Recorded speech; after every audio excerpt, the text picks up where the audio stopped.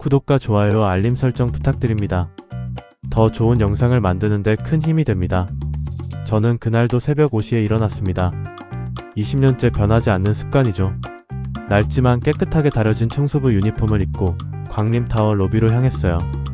거울처럼 반짝이는 최첨단 건물이지만 제게는 그저 매일 닦아야 할 공간일 뿐이었습니다. 청소 도구함을 정돈하는 것부터 시작했죠. 군더더기 없이 정리하는 게 제 스타일이에요. 걸레 하나, 세제 한 병까지도 제자리에 있어야 마음이 편합니다. 그렇게 건물 구석구석을 닦아나가면서 저는 특별히 신경 쓰는 곳이 하나 있었어요. 엘리베이터 옆에 비상보안 접근 도어였습니다. 평소엔 잠겨있지만 저는 그 문의 구조를 누구보다 잘 알고 있었거든요. 물걸레를 짜내는 찬 물의 감촉이 손끝에 스며들 때였습니다. 익숙한 발소리가 들렸어요. 손자 박형수와 손자 며느리 이소진이었죠. 형수는 오늘 50층 그랜드 볼룸에서 자신의 IT 보안 회사 시큐어테크의 중요한 투자 유치 행사를 앞두고 있었습니다. 저도 알고 있었어요. 이 건물의 모든 일정을 모르는 게 없었거든요. 소진이 저를 발견하는 순간 그 여자의 얼굴이 일그러지는 게 보였습니다. 경멸의 눈빛이었죠. 20년 동안 수없이 봐온 그 표정이에요. 어머님, 저기 또 계시네요. 제가 몇 번을 말해요. 오늘은 우리 인생이 걸린 날이에요. 손님들이 저 더러운 청소부 할아버지를 보면 뭐라고 생각하겠어요? 근본이 없다고 뒤에서 웃을 거라고요. 더러운 청소부 할아버지. 그 말이 가슴에 박혔습니다. 하지만 표정을 바꾸지 않았어요. 20년 동안 참아온 일인데 하루 더 참을 수 있었거든요. 형수가 소심하게 말했죠. 여보, 진정해. 오늘은 행사가 50층에서 열리니까 거기까지는 안 올라오실 거야. 하지만 소진은 분을 이기지 못하고 제게 다가왔습니다. 그 여자의 향수 냄새가 코를 찔렀어요. 값비싼 향수였지만 저에게는 역겨운 냄새로만 느껴졌습니다. 할아버지, 오늘 50층 그랜드 볼룸에는 절대로 얼씬도 하지 마세요. 거기는 이 타워의 VVIP들만 들어가는 곳이에요. 당신의 그 낡은 유니폼 냄새가 우리 회사의 이미지를 망치고 우리의 수천억짜리 계약을 오염시킬 거예요. 당신은 우리 가문에 지워지지 않는 오점이에요. 지워지지 않는 오점. 그 순간 제 가슴 한켠이 무너져 내리는 것 같았습니다. 20년 동안 이 건물을 지키며 손자가 성공하기를 바라며 참아온 모든 시간들이 한순간에 의미 없는 것이 되어버렸어요. 저는 묵묵히 고개를 숙였습니다. 형수는 아내의 등 뒤에서 침묵으로 동의하고 있었죠. 그때 제 눈가에 차가운 빛이 스쳤습니다. 아, 이제 때가 온 것 같구나. 그런 생각이 들었어요. 20년간 기다려온 시험의 시간이 마침내 시작된 거였습니다. 그날 밤 저는 좁은 쪽방으로 돌아왔습니다. 하루 종일 걸레질을 한 탓에 무릎이 욱신거렸어요. 하지만 해야 할 일이 있었습니다. 청소 도구함을 옆으로 밀어내고 뒤편에 숨겨둔 낡은 금고를 열었죠. 20년째 지키고 있던 비밀이었어요. 금고를 여는 순간 묵직한 무게감이 손끝에 전해졌습니다. 두툼한 서류 뭉치와 함께 창업주 시절의 황금색 인장이 들어있었어요. 그 인장을 보는 순간 20년 전의 기억이 생생하게 떠올랐습니다. 그때 저는 젊은 한동민에게 마지막 명령을 내렸었죠. 지금은 광림타워의 관리 상무가 된 동민이에게 말입니다. 내가 곧 회사를 정리하고 사라질 것이다. 모든 재산은 광림 글로벌법인 명의로 은닉한다. 이 모든 것은 아들이 아닌 손자 박형수의 자질을 시험하기 위함이다. 그가 진정으로 청렴한 리더의 자격을 갖추거나 혹은 돌이킬 수 없는 선을 넘을 때까지 침묵하라. 동민은 그때 놀란 표정이었어요. 하지만 회장님, 혹시 박형수 씨가 올바른 길을 걷지 못한다면 어떻게 하시겠습니까? 저는 단호하게 대답했죠. 그럴 때를 위해 이 모든 준비를 하는 것이다. 인장을 꺼내 조용히 닦으면서 그 표면에 새겨진 문양을 응시했습니다. 복잡한 패턴이었지만 저에게는 의미가 명확했어요. 이 표식은 돈이 아닌 신뢰를 지키는 자에게만 주어지는 법인데. 그때 휴대폰이 울렸습니다. 발신자는 한상무. 하지만 전화를 받지 않고 메시지만 확인했어요. 예상했던 내용이었습니다. 회장님, 오늘 시큐어테크 건으로 미국 VVIP 투자자인 킴리 여사님께서 직접 오십니다. 그녀는 광림 글로벌의 칩 프로토콜 개발 배경을 아시는 유일한 외부 인사입니다. 모든 것이 계획대로 진행되고 있습니다. 저는 인장을 다시 금고에 넣으며 중얼거렸습니다. 내일이면 모든 것이 끝나겠구나. 20년간 기다려온 심판의 날이 코앞에 다가와 있었어요. 다음날 아침 행사 준비로 분주한 건물 분위기가 느껴졌습니다. 저는 평소처럼 청소를 하면서도 귀를 기울이고 있었어요. 형수와 소진의 대화가 들렸거든요. 소진의 목소리에는 초조함이 가득했습니다. 여보, 오늘 킴리 여사 눈에 들지 못하면 우리 집안은 영원히 이류 인생이야. 아버님 회사 지분도 뺏겨. 당신이 지금 시큐어테크 대표가 된 것도 광림타워의 특수보안 접근권 덕분인 것을 잊지 마. 형수가 불안해하며 대답했죠. 알았어, 알았다고. 하지만 광림타워의 실질적 소유주는 아직 베일에 쌓여 있어. 만약 그들이 우리의 투자 유치를 거부하면 우리는 여기서 쫓겨나. 특수보안 접근권. 저는 씁쓸한 웃음을 지었어요. 형수는 자신이 누구의 은혜로 그 권한을 얻었는지 전혀 모르고 있었거든요. 점심시간 즈음 소진이 저를 찾아왔습니다. 그 여자의 표정이 더욱 차갑게 변해 있었어요. 할아버지를 오늘 공식적으로 가족 구성원에서 제명해야 해요.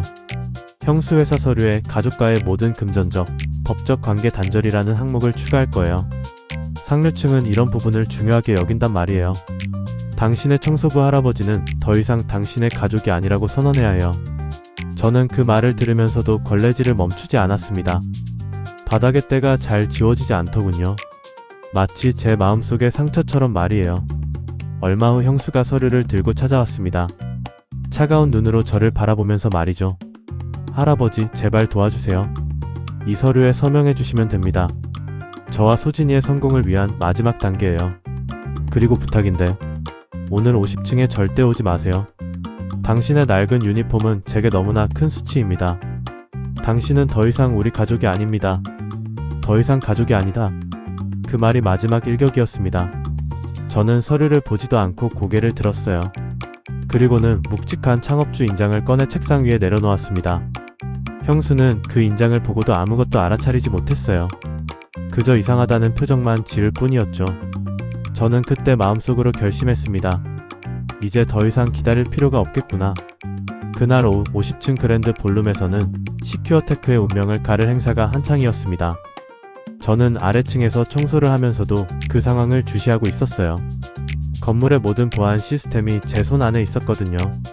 킴리 여사를 포함한 글로벌 투자자들이 형수의 발표를 지켜보고 있었습니다. 형수는 광림타워의 보안 시스템을 활용한 새로운 AI 보안 기술을 자랑스럽게 홍보하고 있었죠. 하지만 저는 알고 있었어요. 형수가 얼마나 표면적인 것만 알고 있는지를. 킴리 여사가 예상했던 질문을 던졌습니다. 박 대표님, 저희는 광림타워의 G 프로토콜과의 완벽한 통합을 요구합니다. 그것은 창업주만이 아는 커스터마이징된 팁 레이어 보안이죠. 시큐어테크가 이 핵심 프로토콜의 완벽한 접근권을 확보했는지 증명해 주십시오. 저는 그 순간을 기다리고 있었습니다. 형수는 G 프로토콜에 대해 들은 적도 없을 거예요. 겉으로 보이는 보안 시스템에만 의존해왔으니까요. 과연 형수는 당황했습니다. 하지만 허세를 부리기 시작했죠. 당연하죠. 저희 기술은 광림타워의 모든 팁 레이어에 완벽하게 통합되어 있습니다. 거짓말이었습니다. 저는 그 순간을 기다리고 있었어요. 아래층 보안실에서 몇 개의 키를 조작했습니다. 20년 동안 준비해온 순간이었거든요. 대형 스크린에 경고 메시지가 떠올랐습니다. G 프로토콜 접근 거부. 레거시 시스템 복귀. 스크린에 뜬 레거시 시스템의 로고는 제 청소복 패치에 새겨진 것과 완벽하게 똑같았어요. 20년 전부터 준비해온 폭선이었죠. 형수와 소진의 경악하는 표정이 눈에 선했습니다. 시스템이 멈추고 투자자들의 표정이 차갑게 변했을 거예요. 이제 무대에 오를 시간이었습니다. 형수가 패닉 상태에 빠진 목소리가 건물 전체에 울려 퍼졌습니다. 이게 뭐야? 시스템팀, 당장 이 경고창을 지워. 하지만 팀원들은 G 프로토콜이 무엇인지조차 몰라 손도 쓸 수 없었을 거예요. 제가 20년 전에 설계한 시스템이었거든요. 저는 천천히 걸어갔습니다. 엘리베이터 옆에 비상보안 접근 도어 앞으로요. 20년 동안 매일 닦았던 그 문이었죠. 손을 대자 띠딱하는 소리와 함께 문이 열렸습니다. 제 생체 인식이 아직도 등록되어 있었거든요. 여전히 낡고 깨끗한 청소부 유니폼 차림이었지만 제 걸음에는 이 건물을 지배하는 위압감이 느껴졌을 거예요. 20년간 숨겨왔던 본 모습이 서서히 드러나고 있었습니다. 50층에 도착하자 형수가 분노에 찬 목소리로 소리쳤습니다. 이봐요. 감히 여기를 왜 들어와? 당장 나가. 당신 때문에 일이 엉망이 됐잖아. 저는 형수를 무시하고 키보드 앞에 앉았습니다. 복잡하고 긴 아무도 모르는 관리자 코드를 망설임 없이 입력했어요. 손가락이 기억하고 있었습니다. 20년이 지나도 변하지 않은 제 코드였죠. 코드가 입력되자 집 프로토콜은 해제되었지만 시스템은 최고 관리자 접속 모드로 전환되었습니다. 킴리 여사가 조용히 미소 짓는 게 보였어요. 집 프로토콜을 외부에서 저렇게 제어할 수 있는 사람은 전 세계에 2명뿐이죠. 저는 자리에서 일어나 한동민 상무에게 작은 목소리로 말했습니다. 이제 때가 된 것 같군. 20년간 기다려온 순간이 마침내 왔습니다. 저는 중앙에 놓인 창업주 의자 앞으로 걸어갔습니다. 그 누구도 앉지 못하게 되어 있던 자리였죠. 제 자리였어요. 손에 끼고 있던 청소용 장갑을 벗어 던졌습니다. 겉에 입은 낡은 유니폼 상의도 벗어냈어요. 그 안에는 먼지 한 톨 없이 완벽하게 재단된 다크 네이비 최고급 수트가 있었습니다. 20년 동안 청소복 아래 숨겨두고 있던 진짜 모습이었죠. 책상 앞에 서서 아까 꺼내둔 황금 인장을 집어 손가락에 끼웠습니다. 묵직한 금속이 손가락에 자리 잡는 소리가 회의실을 울렸어요. 그 소리를 듣는 순간 20년간 잊고 있던 감각이 되살아났습니다. 이 건물의 주인으로서의 감각이요. 천천히 의자에 앉았습니다. 익숙한 자리였어요. 20년 전까지 매일 앉았던 그 자리였으니까요. 목소리도 달라졌습니다. 묵직하고 단호한 회장의 목소리로 변했죠. 박형수 대표, 그리고 이소진 씨. 많이 놀랐나 보군. 형수와 소진은 충격으로 말을 잇지 못했습니다. 소진은 그 자리에서 주저앉았어요. 어머나. 아니 할아버지가. 어째서? 한동민 상무가 앞으로 나와 정중하게 인사했습니다. 여러분께 공식적으로 소개합니다. 이 광림타워와 광림글로벌의 모든 시스템을 설계하신 명예창업주 정영길 회장님이십니다. 저는 싸늘한 눈으로 형수를 응시했습니다. 20년간 품어온 실망감이 모두 담긴 시선이었어요. 내가 20년 동안 이 건물을 청소하며 너희들을 지켜본 이유는 단 하나였다. 탐욕이 아닌 청렴함을 배우기를 바랐다. 하지만 너는 나를 지워지지 않는 오점이라 불렀고 너의 성공을 위해 나를 가족에서 제명하려 했다. 너는 시험에 불합격했다. 20년간 참아온 모든 말들이 쏟아져 나왔습니다. 저는 책상 서랍에서 서류 2장을 꺼내 형수와 소진의 발 앞에 던졌습니다. 20년 동안 준비해온 최후의 선물이었어요. 이것은 광림타워 임대차 계약 해지 통보서다. 너희 시큐어 테크는 한 달 내로 모든 설비를 치우고 이 타워에서 나가라. 그리고 이것은 박형수 사직서 및 이혼 합의서다. 형수가 절규했습니다. 할아버지, 제발요. 이 계약이 해지되면 시큐어 테크는 끝장이에요. 제가 다 잘못했어요. 용서해주세요. 제가 평생 할아버지 발밑에서 봉사하며 살게요. 봉사. 그 말이 더욱 화를 돋웠습니다. 저는 냉철하게 형수의 말을 끊었어요. 너는 봉사가 아닌 모욕을 주었지. 내가 말한 성공이란 나를 밟고 올라서는 더러운 야망에 불과했다. 나는 내 회사의 80% 지분을 갖고 있다. 이 건물의 월세조차 내주지 않는 회장이었다는 뜻이다. 내가 누린 모든 것은 나의 시한부 은혜였다. 형수의 얼굴이 하얗게 질렸어요. 그제야 깨달았겠죠. 자신이 얼마나 어리석었는지를. 저는 마지막 기회를 제시했습니다. 아직도 손자에 대한 마음이 남아있었거든요. 마지막 기회다. 두 사람이 이혼하고 모든 재산을 포기한 채 내가 새로 시작하는 광림타워의 최말단 청소부로 10년간 일한다면 내 부모님을 봐서 재기의 기회는 주겠다. 선택은 너희들 몫이다. 그들이 가장 경멸했던 청소부의 삶을 살라는 가장 잔인한 형벌이었습니다. 하지만 동시에 마지막 자비이기도 했어요. 형수와 소진은 회장실에서 쫓겨났습니다. 형수는 자존심 때문에 거부했어요. 내가 어떻게 청소부로 돌아가. 소진은 파멸을 막기 위해 형수를 설득했지만 이미 깊게 박힌 서로에 대한 경멸과 탐욕이 그들을 갈라놓았습니다. 20년간 지켜보면서 예상했던 결과였어요. 그 후 매일 형수와 소진이 서로를 비난하며 싸우는 소리가 들렸습니다. 내가 그놈의 근본 타령만 안 했어도, 내가 나를 가족에서 제명하려 하지만 않았어도, 당신이 진작에 그 집 프로토콜 같은 핵심 기술을 제대로 알았어야지.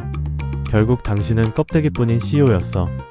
결국 시큐어 테크는 부도났고 두 사람은 모든 것을 잃었습니다.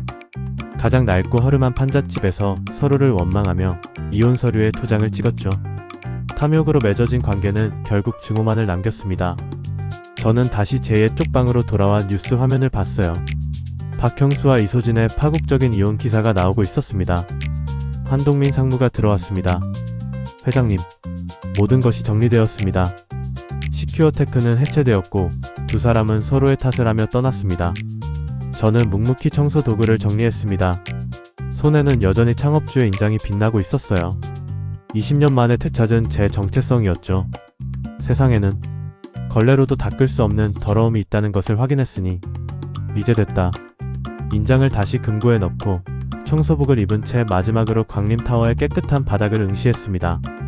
20년간 매일 닦았던 이 바닥처럼 인간의 마음도 정성을 들이면 깨끗해질 줄 알았는데 어떤 더러움은 아무리 닦아도 지워지지 않는다는 걸 깨달았어요. 새로운 후계자는 이 바닥의 가장 낮은 곳부터 시작해야 할 것이다. 그것이 제가 20년간 배운 마지막 교훈이었습니다.